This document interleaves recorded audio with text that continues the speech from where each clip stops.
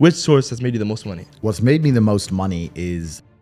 How much you're worth? Yes. Reveal that. $100 million. Yeah, that's pretty accurate. Give me a crazy story which you've never mentioned before. I can't tell the story. In fact, I've changed my mind. I'm gonna tell the story. It's exclusive. Yeah, I've had people try to kill me. I've had members of my family attempts on them. You've been banned off many social media. What's your moves? They used their bullets. I'm still all over social media, so they failed. Has the Matrix ever contacted you directly? I've had some anonymous messages which were scary, I guess you could say. I can sit here right now and recall events that will prevent me from sleeping for 2 to 3 days. If I wasn't that way inclined, with the workload that God put on my shoulders, I'd just be in a ditch somewhere. I just would have killed myself by now. I bought my own payment gateway. I bought my own bank.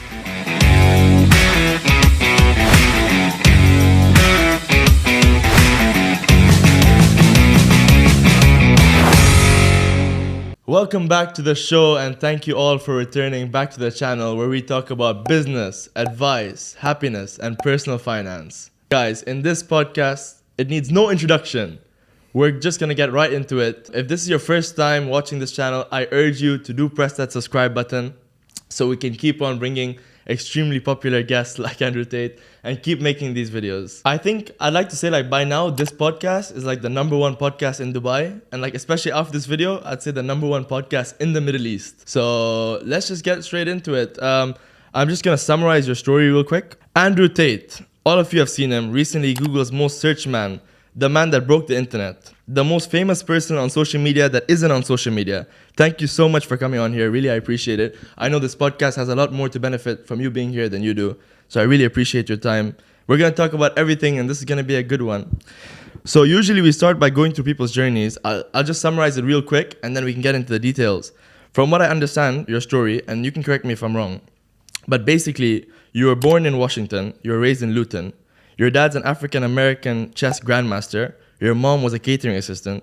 You learned to play chess at 5 years old. And as a kid, you were already playing adults tournaments. You then started kickboxing and you became 4 times world champion in 2 different weight divisions. Then you started appearing in a reality TV show called Big Brother. You were removed after 1 week. Then you started your webcam business. And after the webcam business, you simultaneously started the Hustlers University, which was like a course or like a university. And then you started your casino business after that. I get everything right? Yeah, it's a very sparse explanation of my life. Of course, there's a lot of detail missing, and I kind of feel like I've lived many different lives. I feel like I've been alive many different times. People ask my life story, and it's hard for me to surmise in one compendious series of events because I've lived this entire existence as a professional fighter, this entire existence as a webcam owner, this entire existence broke, this entire existence rich. I feel like I've been alive many times, if that makes sense. So it's even difficult for me to surmise my life. It's been so varied. Yeah. But yeah, that's pretty accurate. That's pretty accurate. But now you're in Dubai. Yeah, you've been here for like a week or so. Yeah. How do you feel about being in Dubai? The best city on earth. It is. It's the city of the future. Yeah. It is. I have nothing but good things to say about Dubai, and it goes all the way from down to the very base level, all the way up to the top. But the fact you can just walk around safely, that removes 80% of the world's cities nowadays. Yeah. And if you can have everything in another country, you're rich, you have everything, but you can't even use what's the point of being rich there? Completely. And if you don't even have your safety, what do you have, right? Yeah. So there's only a few cities left on earth you can even, like, this is just a Chiron watch. I only wear this in Dubai. I wear it in Bucharest, but that's because I have Bucharest locked down head to toe. Most people don't. It's your place. It's my place, yeah. Tokyo.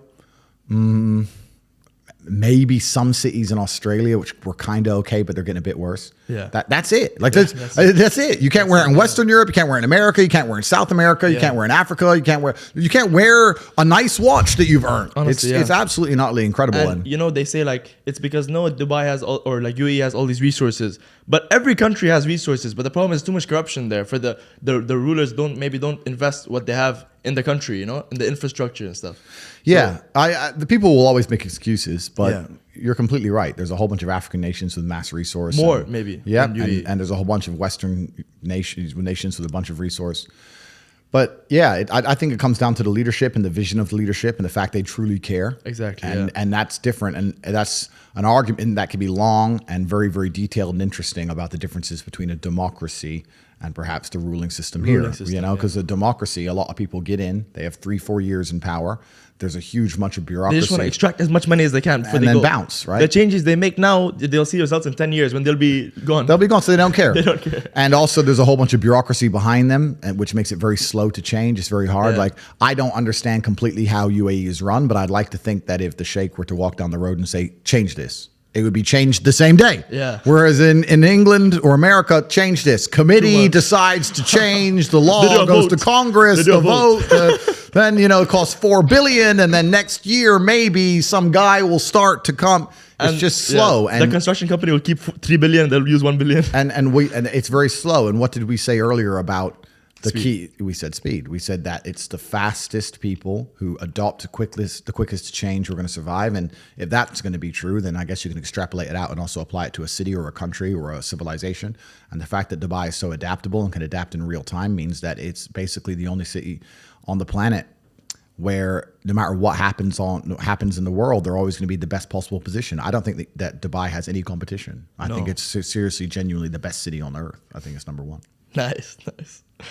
So you talk a lot about purpose, and what is your thoughts as to, do you have like an exact answer as to why we are created as humans and why we are here? Like, what is the purpose of life? Why have we been given life? I think we're here to struggle and to learn. I don't think we're here to be happy. That's why when we keep going back to the happy argument, I've always found that kind of frustrating and annoying. Yeah. And someone goes, oh, but I want to be happy. Why? Why? Why do you want to sit there and laugh? Like you were happy your entire childhood. That's your happy days. You're allowed to be happy as a kid. Finished. It's all over now, right? You're a man. You have responsibilities. I think we're here to do important. Provide, protect, and we're also here to do important things. And important things are going to be difficult, and they're going to be hard, and you're going to get frustrated.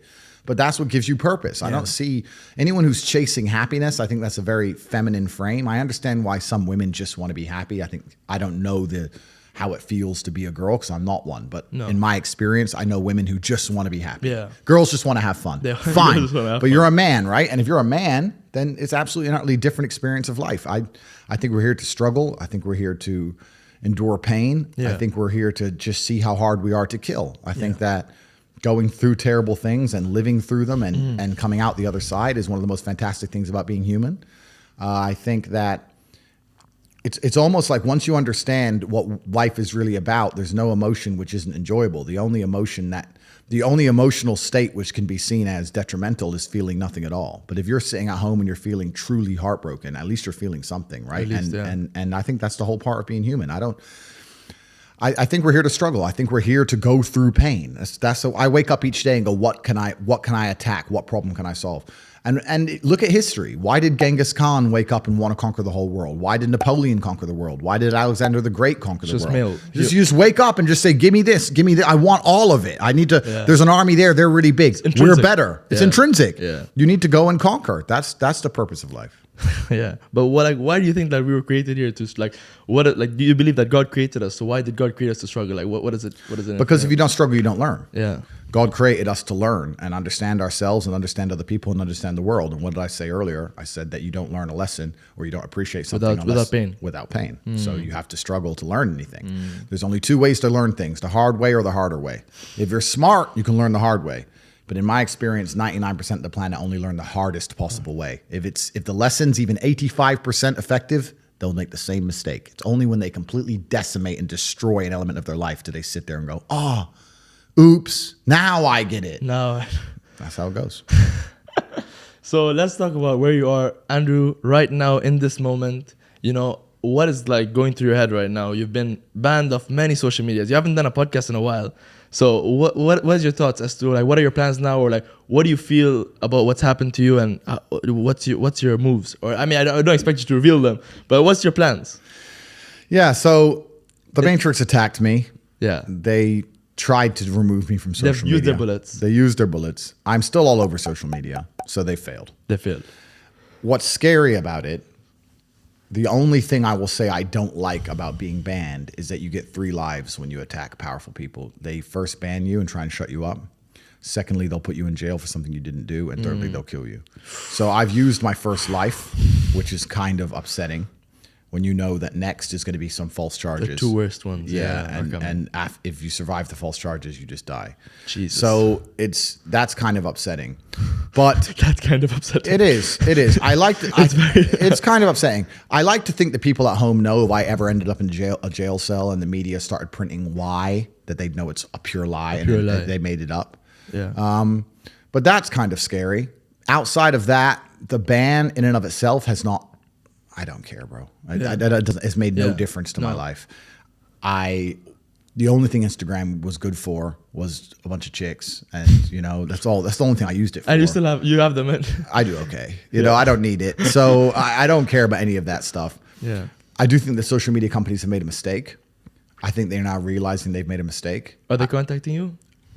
I can't say what's happening, but I do believe I will be reinstated. However, it's truly not that important at this time. If I had to martyr my social media accounts to show the world that everything I was saying was true about the Matrix, then it was worth it, right? Yeah. All they did was prove me completely and utterly right. Yeah, you've said it 100 times on different episodes. I'm going to be deleted. They're going to try to silence me. Yeah. I wish someone would make a compilation of all these clips because you said it like 100 times. Yep, I said it over and over again. They're going to remove me. They're going to ban me. They're going to... I knew exactly what was going to happen, and they proved me completely and utterly right, and it backfired. They tried to put a media spin on the event and convince the world that I'm a bad person, and that has failed. Mm-hmm. Nobody believes I'm a bad person. 99% of the comments on any of my videos are positive. I'm speaking to people who are now waking up and understanding that the media machine lies. And the only people who truly dislike me are the slave minds. If I ever hear about somebody disliking me, when you ask them why, they don't know. They don't know. Yeah. And that's what's scary. What's scary to me is that there's people out there that have a strong emotional reaction to scenarios, people, or events, and they don't even know why. They just read a headline. But that's the true slave mind. When someone can say a name to you and you're furious and you go, why are you angry? I don't know. Like that shows how programmed you are. They can control his emotions like this. They can control you. Yeah. So anybody who's critically thinking, anybody with a brain. It's a problem. Yeah. So anybody with a brain who can think for themselves likes me, and anybody who hates me is barely sentient. So it's kind of good where now I have a very strong filter. Like, I don't like you. I know you're an idiot. That's fine. Instantly, I know you're an idiot. Oh, bro, I love your work. A person who thinks. So it's kind of convenient. It's kind of convenient to instantly filter, my life. But I must have been approached by 100,000 people as I walked the street, and I've never had anybody say anything negative to me on the street ever. Male, female, old, young, never. Everybody, including women, love me. They all say you're saying the truth. You're doing such important work. I've never had anything. I've seen a video. A video came out. This woman, she was like, whatever you want to say about Andrew, you can say it. But who are the mentors that the youth have today? Or is it the rappers that are all on drugs and all like overdosing, which is very tragic? But which mentors do the youth have today that they can look forward to that says, you know what, it's not cool to do drugs. It's not cool to just party. It's cool to work and to sacrifice and to put your goals as number one and actually like, you know what I mean? Like grind towards something, have goals and chase them. But that's done on purpose. Yeah. The mentors, the idols, the icons that they purport to the youth via the Matrix are degenerate because they want a degenerate class of semi-miserable, sad people. Yeah. You're never going to be truly happy in your mind if you go against the teachings of God. I don't care how much money you make. If you're a bad person, you're not going to feel happy. I don't care how much money you make. If you snake people or lie to people or do bad to people, you're never going to feel happy true deep in your heart. True in your heart, we're intrinsically designed to do right and do good. And that's something that God gave us. And when you have that, you understand that that's more important than anything else. So these people who are up here promoting degeneracy, saying, take Percocets and bang girls and drink vodka and you're going to be, going to be great. I drink. I'm not saying I don't drink, but that's not my message, right? Yeah.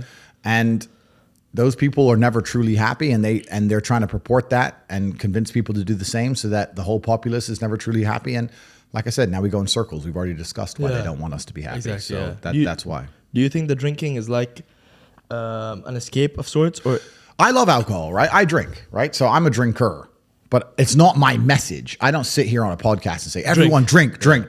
But rappers' message is degeneracy. Drink, crime, rub this guy. Completely. And kill that guy. Completely. And I'm saying that if you live that way, you're never going to be truly happy in your heart. If you want to feel happy inside of yourself and you want to feel content and you want to feel stable inside of yourself, you need to live true to God. And I'm not saying you can't drink a little bit of alcohol or not party or not have a little bit of fun, but you have to be a good person. You have to balance life. You have to balance life. You have to be a good person overall. I know I'm a good person. And when the Matrix is trying to convince the world that I'm not, that just proves even further that I'm a good person. The world we now live in today, when the mass media machine is trying to tell you somebody is evil, you can know pretty well that person's probably good, and vice versa.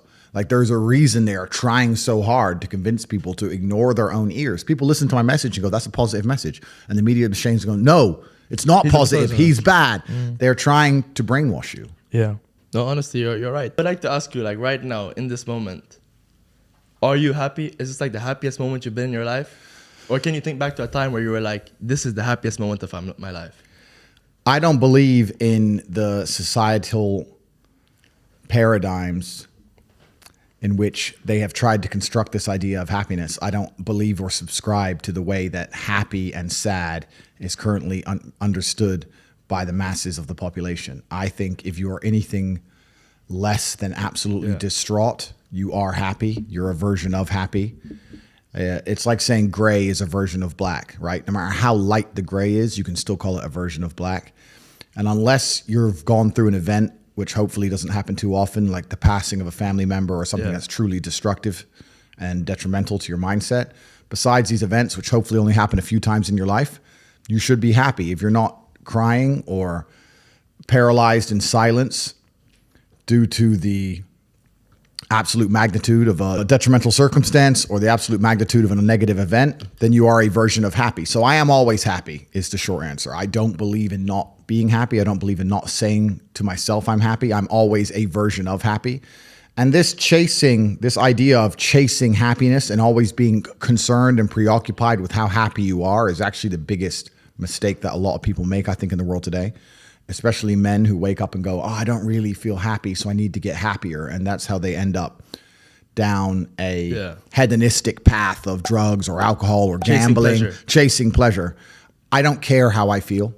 I don't care if I feel happy or sad. It doesn't really affect what I do each day. I do the exact same things. I act the exact same way.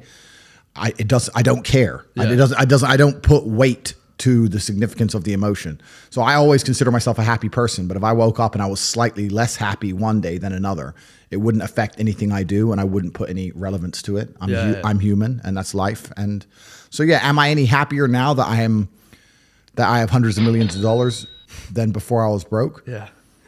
Not really, but I was never unhappy. I'm the same state that I was then that I am now. I have work to do and I will do it. It's as simple as that. Damn, very well put. No, but you're right. Definitely, I've heard like the chase for happiness, and the more you try to seek happiness, the more you enforce in yourself that you're not happy. Well, also, there's no light without dark, and there's no joy without pain. You can't have a rainbow without a little rain. Exactly. And no matter how hard you chase pleasure and happiness, there's going to be dips and troughs in between. There's going to be come downs and downtrends. And you're going to have the juxtaposition between that time you were laughing your head off and acting giddish like a child and the time that you feel depressed as such. And I think it's much better to just adopt a very disciplined, stoic mindset. I'm always the same base level of happy regardless. If I lost all of my money today, I would be the same happy. Mm-hmm. If my net worth quadrupled, I'd be the same happiness. As long as I'm alive, which is a struggle, unfortunately, in the current climate. But as long as I'm alive and the people I care about and love are alive, and as long as God gives me the honor of doing my duties and providing for the people I care about, as long as I get to wake up and know that there's a whole bunch of people in the world who need me and I get to work hard to please them and do good for society and good for the world, then I'm a vessel of God and I'm happy enough to survive. That's all I look at it as. I don't ever consider how do I feel. That doesn't cross my mind. I have things to do. I have things to do. You're too busy to think about that. I'm too busy. I have things to do every single day. I have very important things to do, and how I feel really is not going to affect how I complete those tasks. Right. And when I speak to men, they say I'm unhappy or I need to be happier.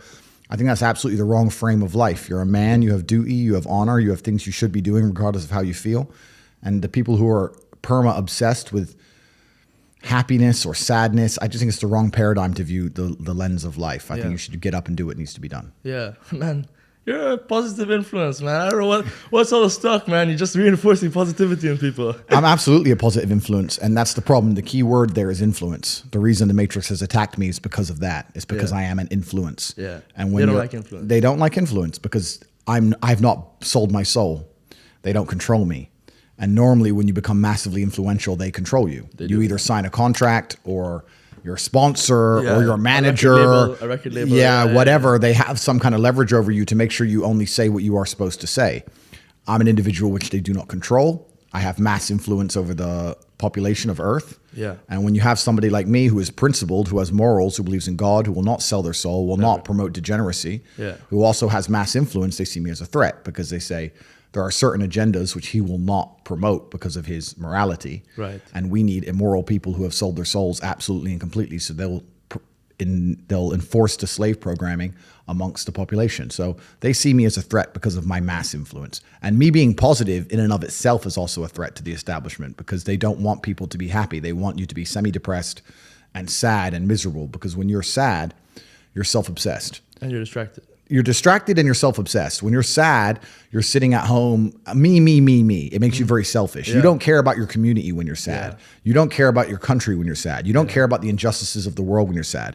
You don't care about trying to actually go and make the world a better place because you're too busy thinking about yourself. So they want you miserable, semi-depressed, sad, unhappy, so that you can sit at home and accept them doing whatever they want to the planet and other people without ever talking or standing up or doing the right thing.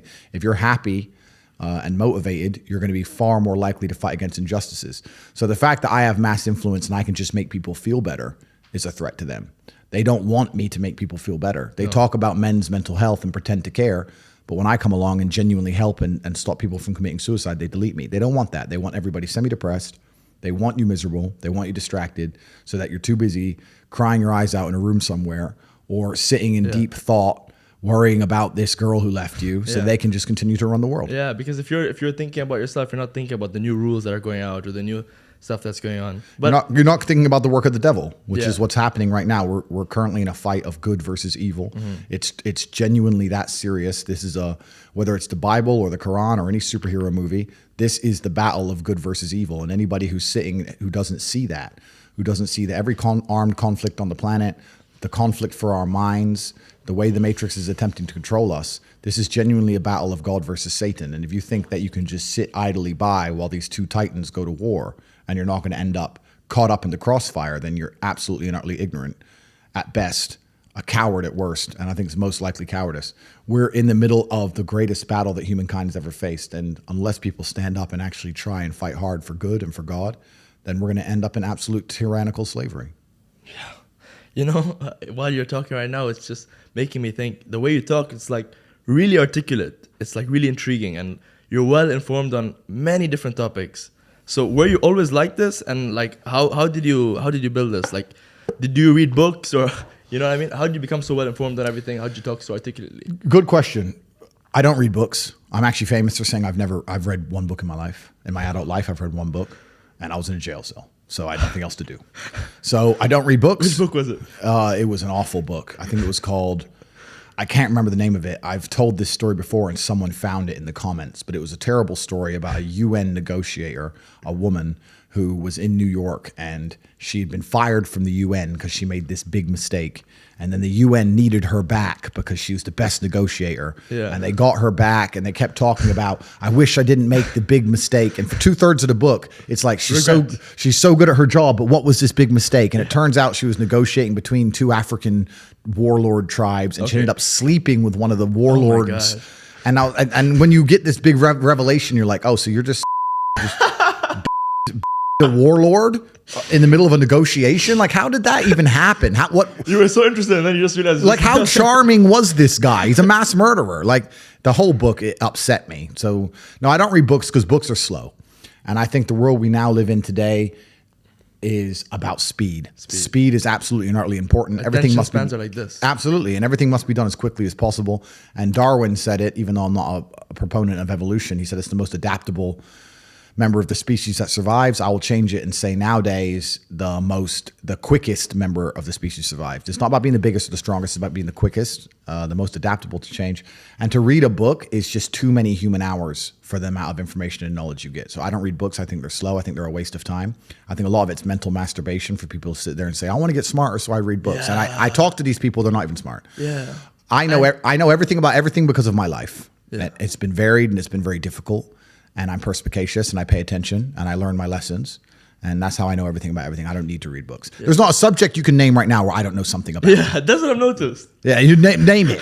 Korean War, anything. You name it, I know something about something. That's just what happens when you get to a certain level of intelligence, because you can apply scenarios and patterns. It's all patterns. It's all patterns, absolutely. And history may not repeat, but it certainly rhymes. And humanity all acts in a pretty similar way across all cultures.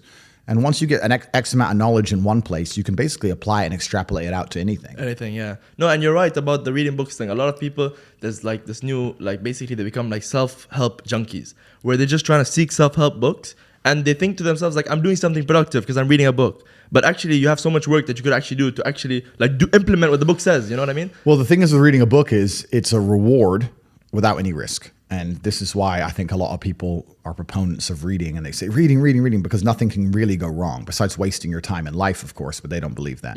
I am a much larger proponent of larger risks and larger rewards. If you want to learn about self-help, if you want to understand yourself and see what kind of man you really are and learn how to fight through adversity and learn how to get up when life's difficult and learn how to control your mind and learn how to struggle, then you can go to the boxing gym. And you can get your ass kicked. You do not need to read any books. Yeah. You need to get in the gym, walk in there and say, I'm going to fight the best fighter here every single day and not quit until you can eventually beat him. But most people are not man enough for that. So instead they'll read a self-help book and they'll sit there and try and talk to me about mindset. I learned my mindset in battle. My mindset is 87 professional fights. My mindset was learned in the reality of the real world. Yeah. I don't need to read a self-help book. I don't need to read about motivation or confidence. I've been in the cage smashing people's faces in. I don't need to learn any of that stuff. So I learned in reality, and reality is always going to be a better teacher than a book, because you're not learning when you read books. You're regurgitating. You may be reading, but I don't believe you're truly learning. My coach used to say, if it doesn't hurt, you didn't learn.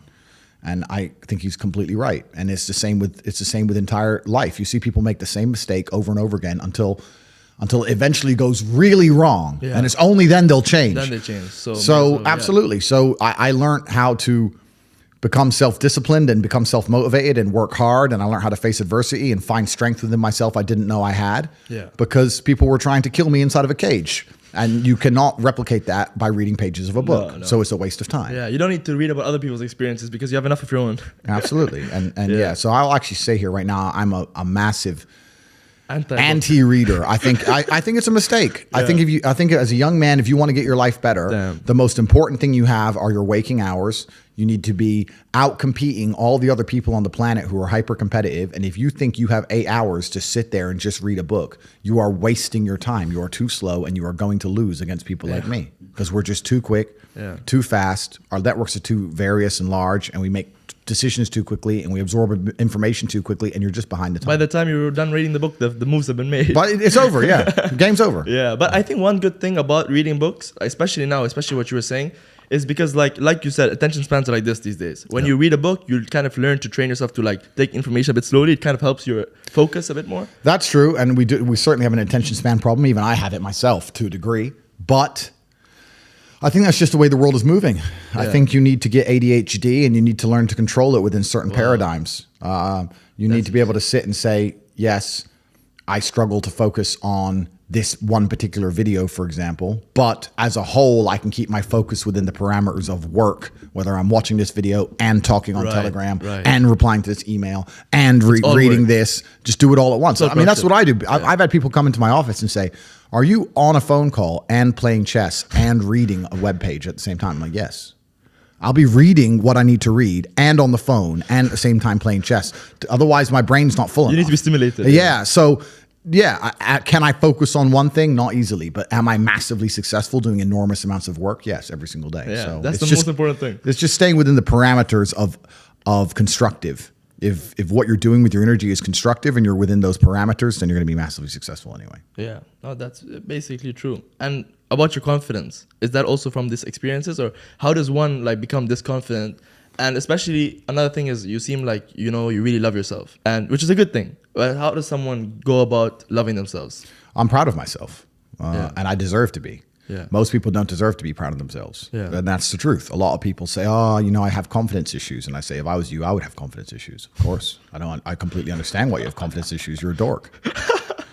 But we have to be realistic here. We have to be absolutely and utterly realistic, because the world is brutal and it's harsh.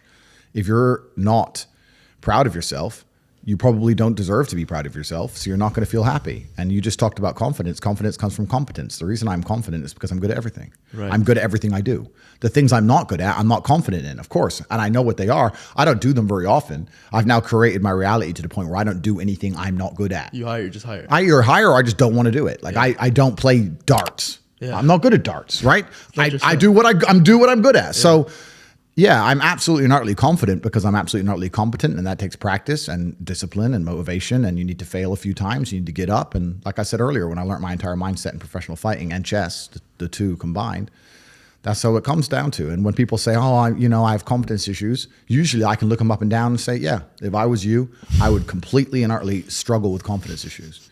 Because the world is competitive, and there's men like me on the planet and friends like mine on the planet, and you're competing against us for money, for girls, for status, for resource, and you're going to be destroyed and decimated the entire time. So of course you have confidence issues when you can be annihilated in real time by the competitor. Yeah. Why wouldn't you have confidence issues? You'd be psychopathic not to. Yeah, that makes sense. So maybe that unconfidence is a good motivation for them to actually. Well, it's supposed to be. Yeah. This is the thing that I don't truly understand. If I'm unhappy with something and I'm uncomfortable with something, I fix it. Yeah. That's endless motivation, which I don't truly believe in as a concept, but that's endless fuel for the fire. Right. If I was unhappy with something about myself, regardless of what it was, I would be able to take all of that discomfort and turn it into endless energy to get the problem fixed. Yeah, exactly. But these people seem to... It's okay to be unhappy. Yeah, well, these people seem to sit and say, I'm really unhappy with X, but then stay doing X. So I don't believe they're truly actually unhappy. What you'll notice if you live life long enough is that somebody will sit and say to you, I'm unhappy being a loser. You say, why are you a loser? I just sit at home and play video games 7 days a week. And you're like, okay. And maybe 3 days of the week, they're unhappy doing that. Yeah. And that's the time they email you, and that's the time they want to make a change. But 4 days of the week, they don't really, it doesn't really bother them. Yeah, it doesn't really bother them. Because if it bothered them 7 days a week, guess what? They would fix it. Correct. Yeah. So I have very little sympathy for people. And that's not because I'm not a nice person, but it's because I've been so hard on myself, and I've been through so many things that were difficult, and I've been through so much pain and trauma myself. Some of it self-inflicted, some of it given to me by God to make me a better person. But I've been so difficult on myself. It's very hard for me to look at somebody who's refused to be difficult on themselves and see them as my equal or feel sympathy or pity for them. Why would I feel pity for somebody who took the easy route when I took the hardest possible route? Yeah. I took the hardest possible way to be the man I am, and you were too big of a and now you want me to feel sorry for you? I don't feel sorry for you. Yeah. I don't feel sorry for these people. And because as a man, you can be anything you decide you want to be. That's the beauty of being a male. You can build your character completely from the ground up, just like a video game. Every single thing about me that people respect, I built. I was not born a world champion kickboxer. I was not born this intelligent or intellectual. I was not born this rich. I was not born this strong. I was not born this confident. I was not born this interesting. I was not born this charismatic and humble and gorgeous and tall and strong and sexy. I was not born none of these things. I became these things myself. So I deserve all the spoils of war. And anybody who decides they don't want to work hard enough to become those things, then they deserve to sit and accept they're my inferior. Yeah. That's their problem. Yeah, basically. That's their problem. But have you struggled with any mental health issues yourself? Because, you know, one thing also I noticed about you, from one side when you talk, you seem like very positive about life. But I've seen clips of you where you say like sometimes I feel you say enjoy everything and, you know, always be happy. Or like always be like positive. But then in some parts of you say like, I was angry when I was broke. I had to get rich. Yeah. I needed to get rich. I was furious. I couldn't sleep when I was broke. And this is what we're talking about, being uncomfortable and how it can motivate you. When I didn't have enough money to buy whatever I wanted, I couldn't fall asleep at night because I understood there are people out there that did, and I didn't see them as better than me. And I thought, why are these people who I don't see as my superior living an experience that I can't live? And it bothered me to the point where I could not sleep. So yeah, that was real. When you talk about suffering mentally, I don't really consider that suffering. I have had a very painful life. I still think to a degree I do, but that's self-inflicted. But I can't imagine living any other way. I can't imagine living in this idea, this utopian, every day, just, girls, drink, hedonism. I don't want that. Yeah, it's degenerate. I think the only thing you can do that's not degenerate is usually be fighting a battle or solving a problem. Growth. Yeah, growth. Yeah, so you need to either fight a battle or solve a problem to avoid degeneracy, which means I'm constantly looking for them. I'm currently one of the largest battles a man can possibly take on. I'm taking on the Matrix, the most powerful people on the planet. Right, yeah. So, yeah, is my life difficult? Yeah. Am I complaining about that? No. In fact, I'd hate it for it to be any other way. Yeah. No, you're right, honestly. You talk about the Matrix a lot. Has the Matrix ever contacted you directly? Have you ever got any contact from them? Or you can't say? I've had a couple experiences which have certainly been strange. No way. Can you talk about it, or you prefer not to? I've had some invites to some strange places with some strange people. I've had some anonymous messages which I verified to be true, which were scary, I guess you could say. I've definitely been contacted by the Matrix in and of itself. But initially, when they speak to you, they try to make you change sides. Mm-hmm. They try to switch you. Well, they try and get a degree of leverage over you, or they try and bribe you, or they try and get you to sell your soul. Yeah. So they'll try and invite you to a party where you do some degeneracy and they get it on video, or they try and get a threat against you and try and blackmail you, or they try and offer you a whole ton of money for this contract, but you have to be careful what you say now, and you have to. They try very hard initially to get you without violence. Yeah, without violence. They try with degeneracy. That's what they try, and that's distractions. Yeah, well, most people's hearts and souls can be bought. So when they can print unlimited money, why would they go the route of violence? They can just print unlimited money and give it to somebody and own them. Yeah. But when you're like me and you don't care about money, and you also have morals as a person, I am their threat. They can't buy me. And they've tried, and they can't convince me with a little bit either, or a lot. They can't. I'd rather go without. Thank you very much, sir. Thank you. So they can't. I'm good. Yeah, I'm good. So, and that frustrates them because 99% of men in my position start chasing girls, chasing money, and then you end up controlled. Yeah, but I think that maybe a lot of that mindset that you have now is because you've already got the money, you've already got the woman. But do you think that in the earlier stages, when you were really trying to chase the money, that this could have tempted you, or they could have maybe helped? Yeah, I don't think I could have. I don't think I've ever would have sold my soul because I have a baseline morality. However, yeah, you're right. I do live in abundance, so it's easy for me to say no. But greed is real, and humans are all naturally greedy. They still want more. No matter how much you have, you want more, right? Yeah. If someone comes along now and offers me $200-300 million, you're still going to sit and think, that would be nice, right? But, in fact, the more you want, the more you have, the more you want. But this is where we talk about morality, and we were talking about Dubai, and we're talking about religion. Let's even talk about Islam. That's the reason I have so much respect for Islam as a whole, because I have so much respect for it because they have a baseline morality. We're here in Dubai. You could walk outside and find a poor construction worker who just moved here, who's earning, I don't know, no money, can barely afford to eat, and offer him $1 million to denounce the Prophet. He won't do it. No way. He'll never do it. He'll never do it.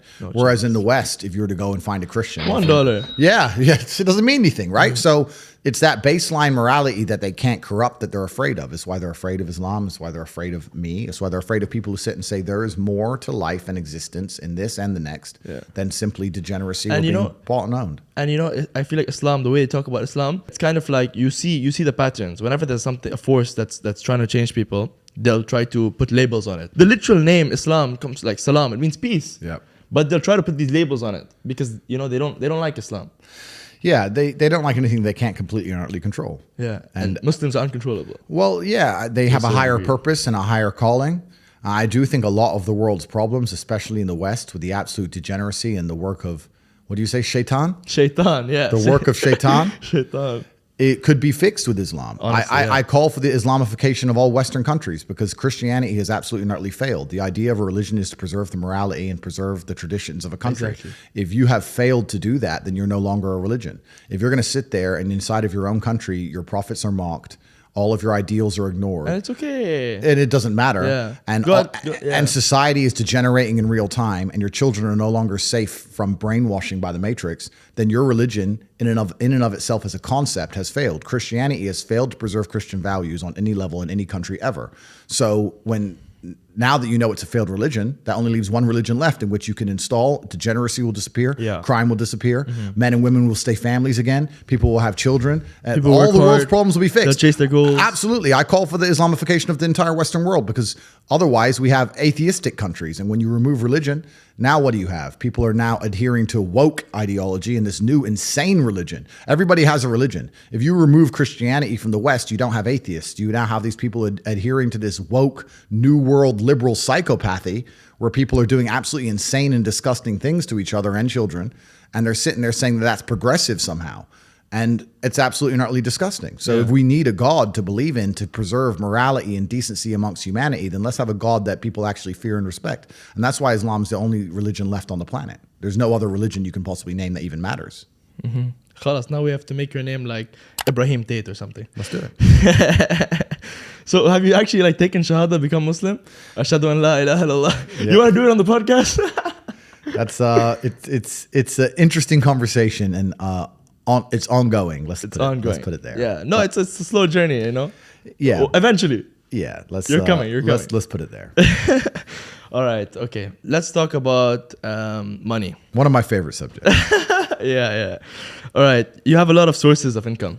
Yeah. Which source has made you the most money? What's made me the most money is the War Room. The War Room is a private members organization that I run.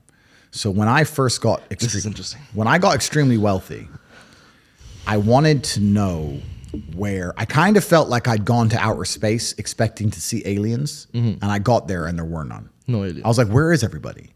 Okay, I'm rich, but I expected once I became rich to meet other men who were rich, focused, intelligent, had their dating lives in order, their physical health in order, their finances in order, their connections in order. And I got to the top of the mountain and I looked around and realized nobody had it. Like, yeah, this guy's rich, but he's cucked by his wife and he's fat. This guy's rich, but he's controlled by the Matrix. This guy's rich, but he's dummy. He just made a bunch of money making music, rap. He's an idiot.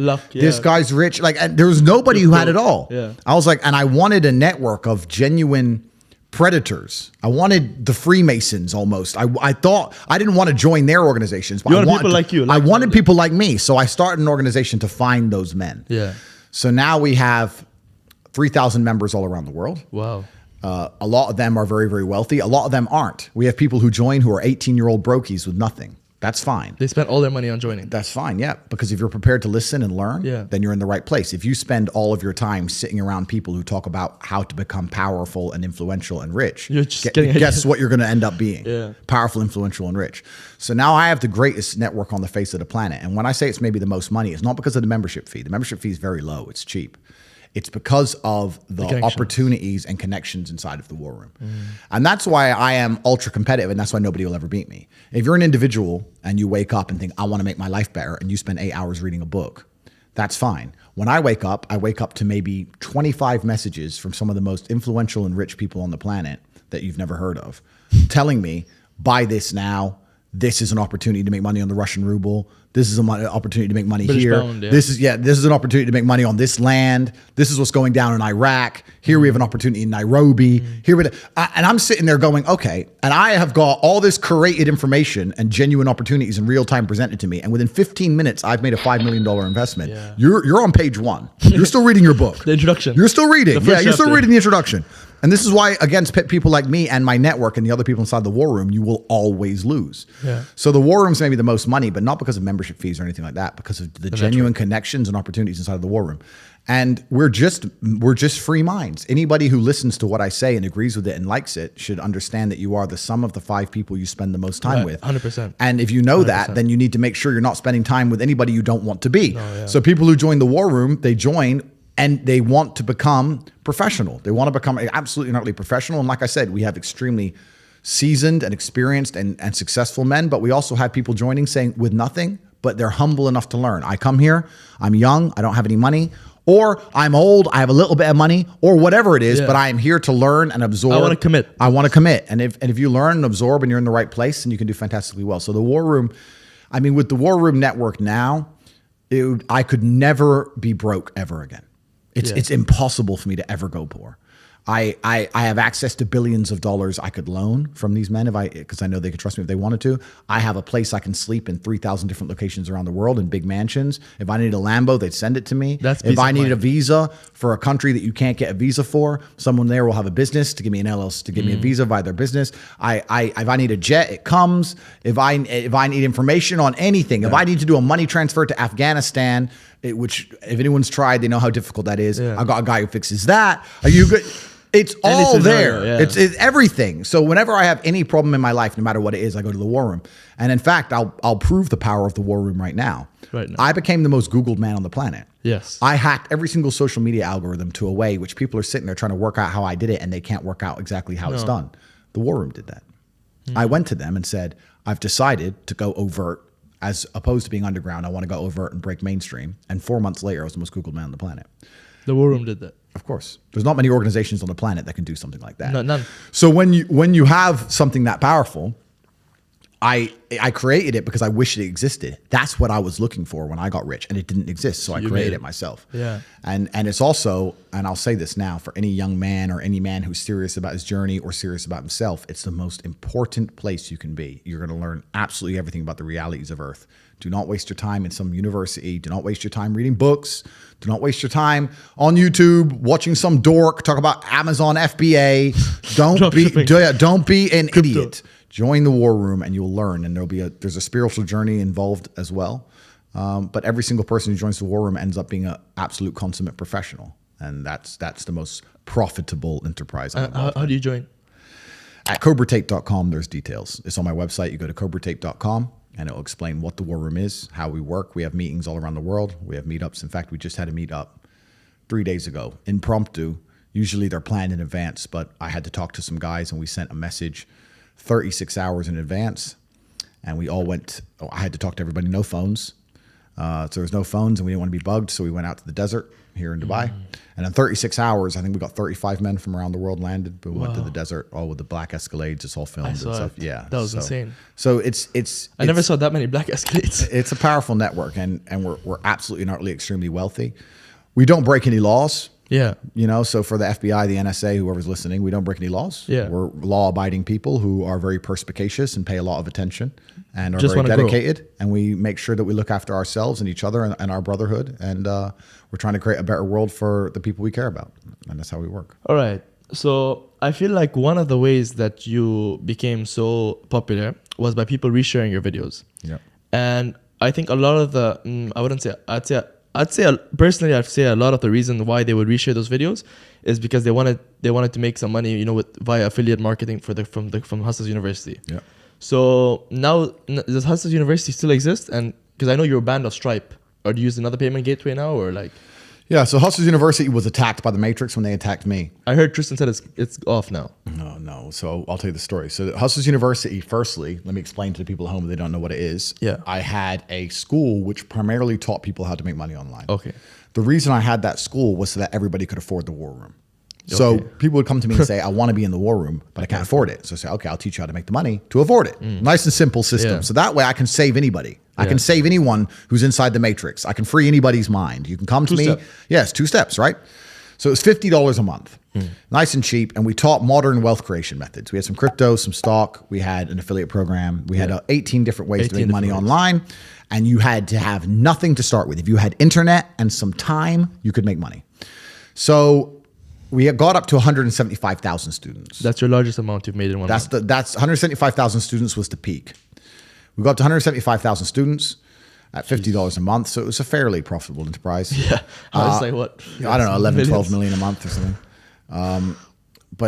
So we were doing well, but a lot of that money was obviously reinvested in the teaching, the professors, to school. Like we were building the largest online educational platform on the planet.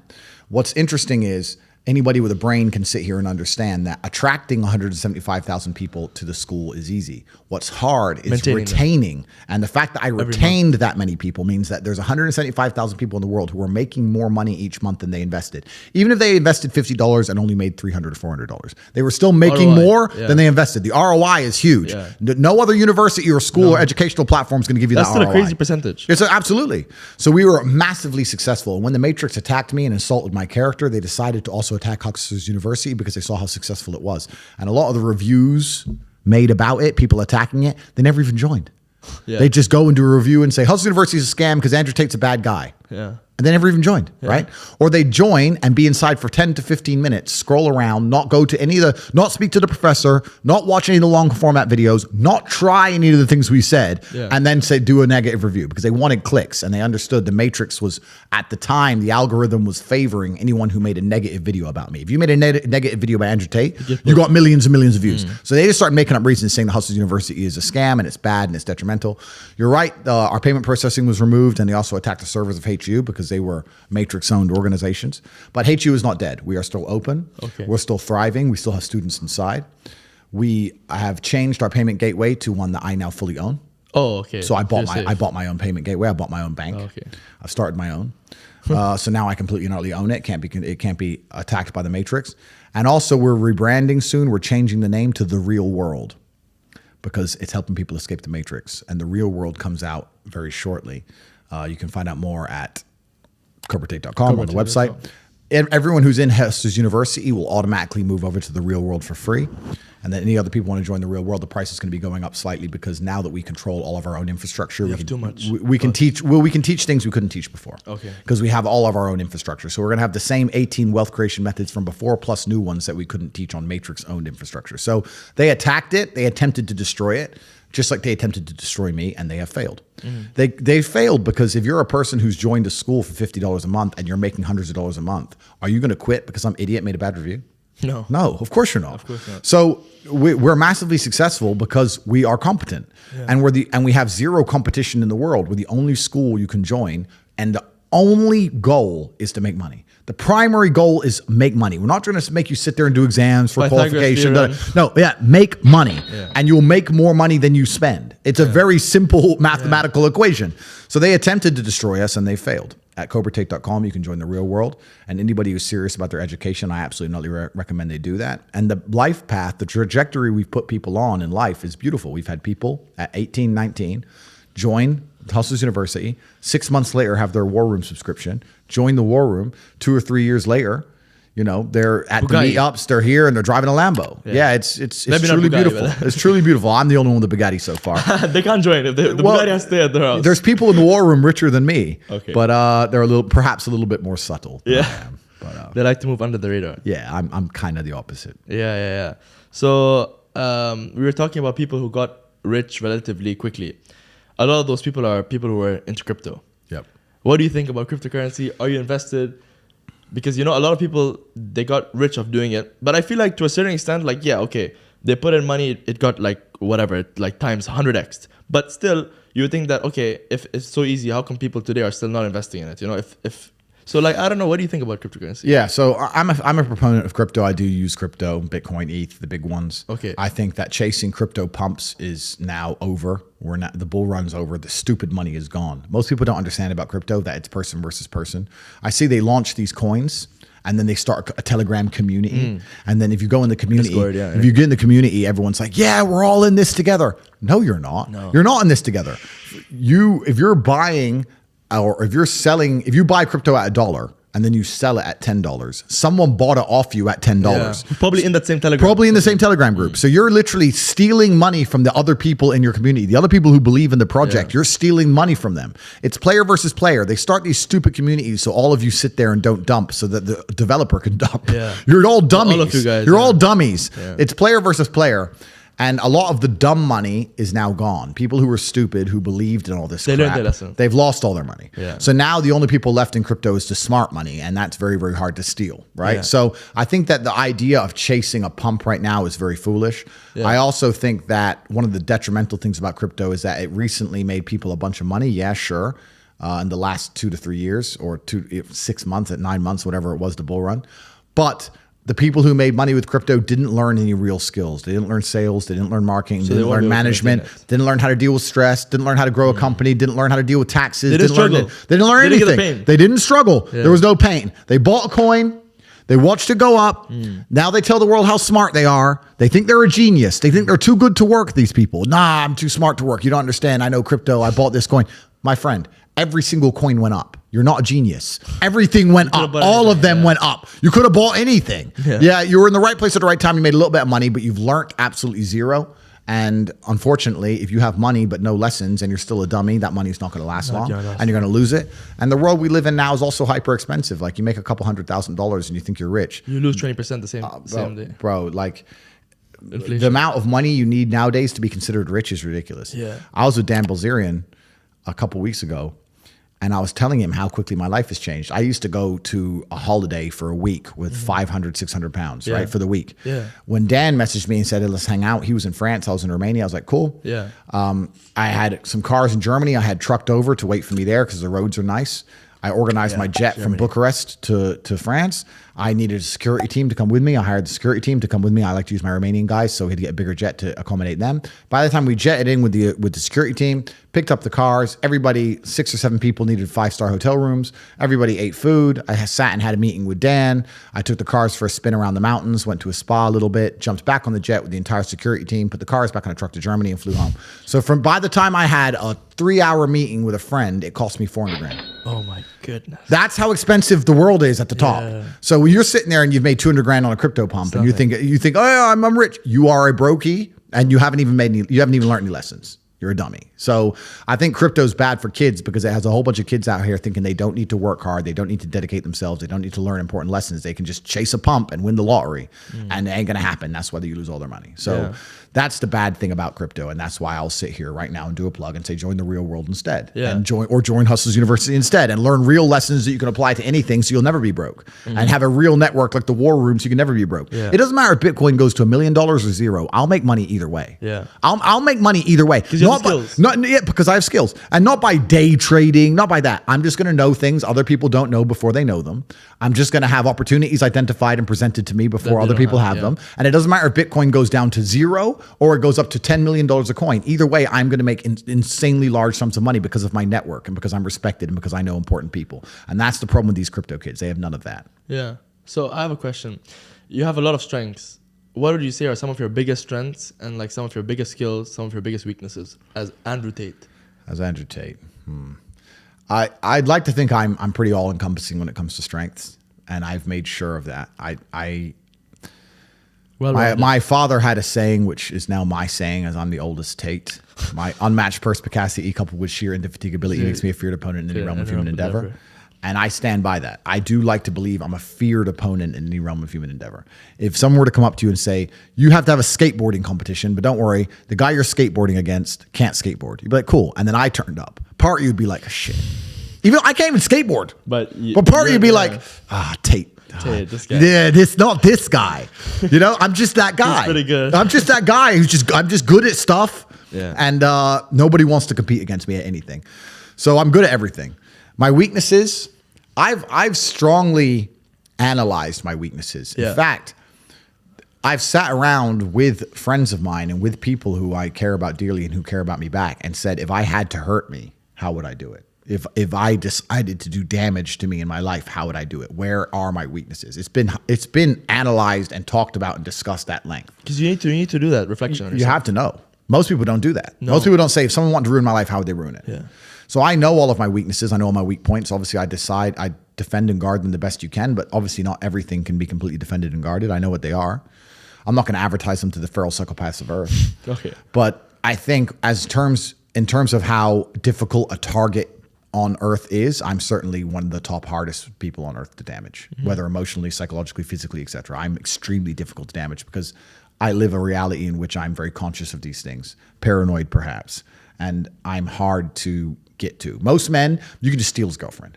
Most men, you just steal his chick. You steal his chick or just run up on him when he goes to the chicken chip shop. And most men are so easy to hurt. Most men you can just lie about in the media, matrix attack them, and they'll have a mental breakdown. Most men are so absolutely and utterly mentally weak. They'll say sorry. They'll cry. I did none of that stuff, right? Most men, you can just message his girl. You can just get a famous guy with a blue tick to message his girl, and bam, before you know it, she's in his bed talking about how that man.